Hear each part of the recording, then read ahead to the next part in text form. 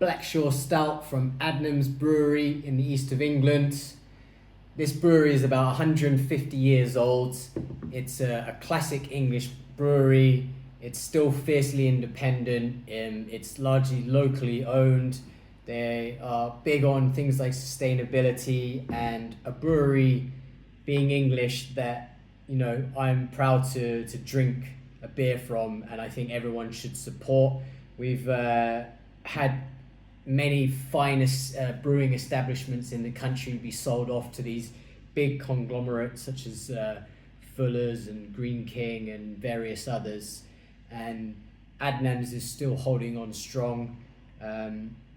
They're most famous for their Ghost Ship Pale Ale, but this one is their Blackshore Stout.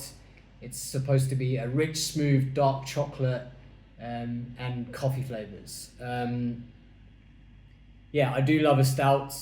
It's coming in at 4.2%, so it's perfect for today. It's midweek. Let's crack it open and see what it's saying.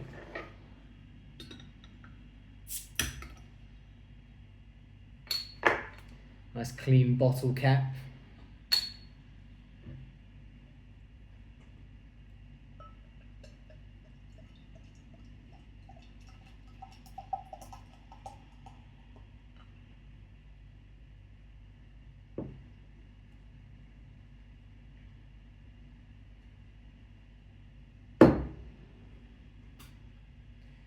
All right, nice tan pour on it. Tan head, I mean. And yeah, another beautiful beer. It's got a nice kind of super red ruby look to it. Holding it up to the light. Thick head, looks creamy. It looks delicious. Let's see what I smell.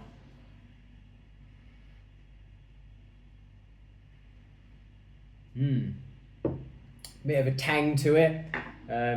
Obviously roast. Yeah, I am getting that kind of the coffee and the chocolate.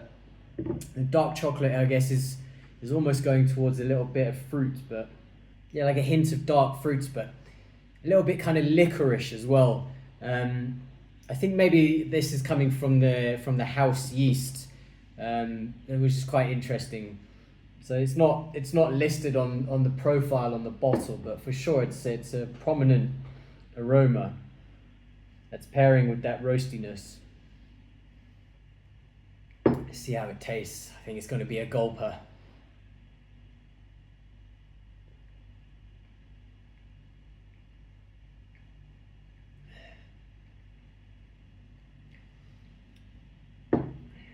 Yeah.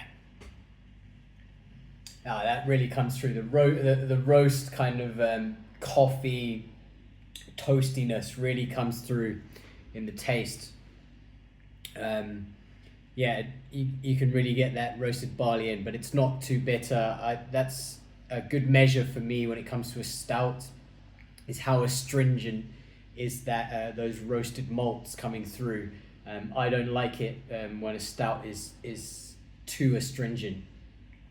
And this is right on the edge. It's a decent amount of bitterness. The roasted malts are prominent but not too much, and I think as it warms up it's going to come through more. Kind of caramel malts are going to come through, pairing with the chocolate kind of malts as well. It's got lots of character, this stout.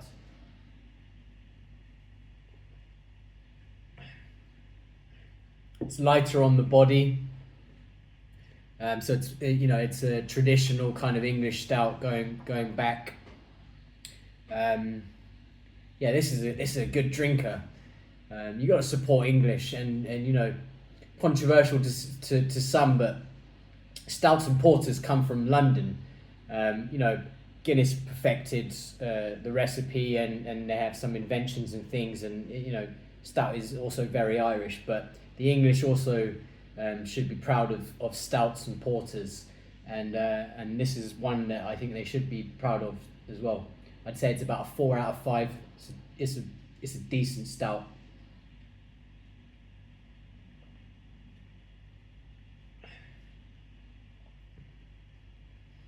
Yeah, it's great, and as it's warming up in my hand, it's marrying together, and like I said, that caramel is coming through. The fruitiness and the kind of licorice I initially got from the aroma, it's still slightly there in the taste, but it's much less. And this is this is definitely about the chocolate and coffee flavors for sure. Everything else kind of plays second fiddle, supporting role. So yeah, I mean, it's just a nice drinker coming in at 4.2%, but it's got lots of character in there. It's not your kind of smooth drinking, super sessionable kind of Guinness style where, you know, it's just got that bit of tang but no other kind of character to it. This is coming in with, you know, something to chew on, which I like in a stout from time to time. I mean, I'm a bit of both. I do love a Guinness, and you know, Guinness is very sessionable in that sense. But every now and then, I want a stout with real character, and this is one of them. Yeah, and there's something I'm trying to put my finger on, and it's linked to what I was saying about the astringency. I think, like I said, it's right on the edge in terms of that roasted barley.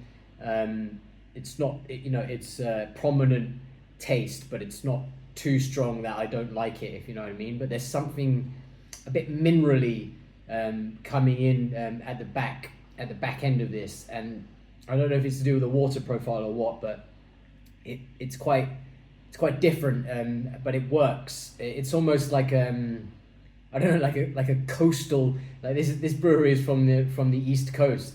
I'm getting that kind of, I don't know, like saline kind of follow up on the back end of this beer. Maybe it's to do with the water profile, but yeah, it's something quite different that you don't come across a lot in stouts. A lot of breweries these days are going for, you know, super smooth, like velvety, like chocolatey kind of stouts and porters, and this one just has that kind of, I don't know, like a little bit of an edge to it, which I like.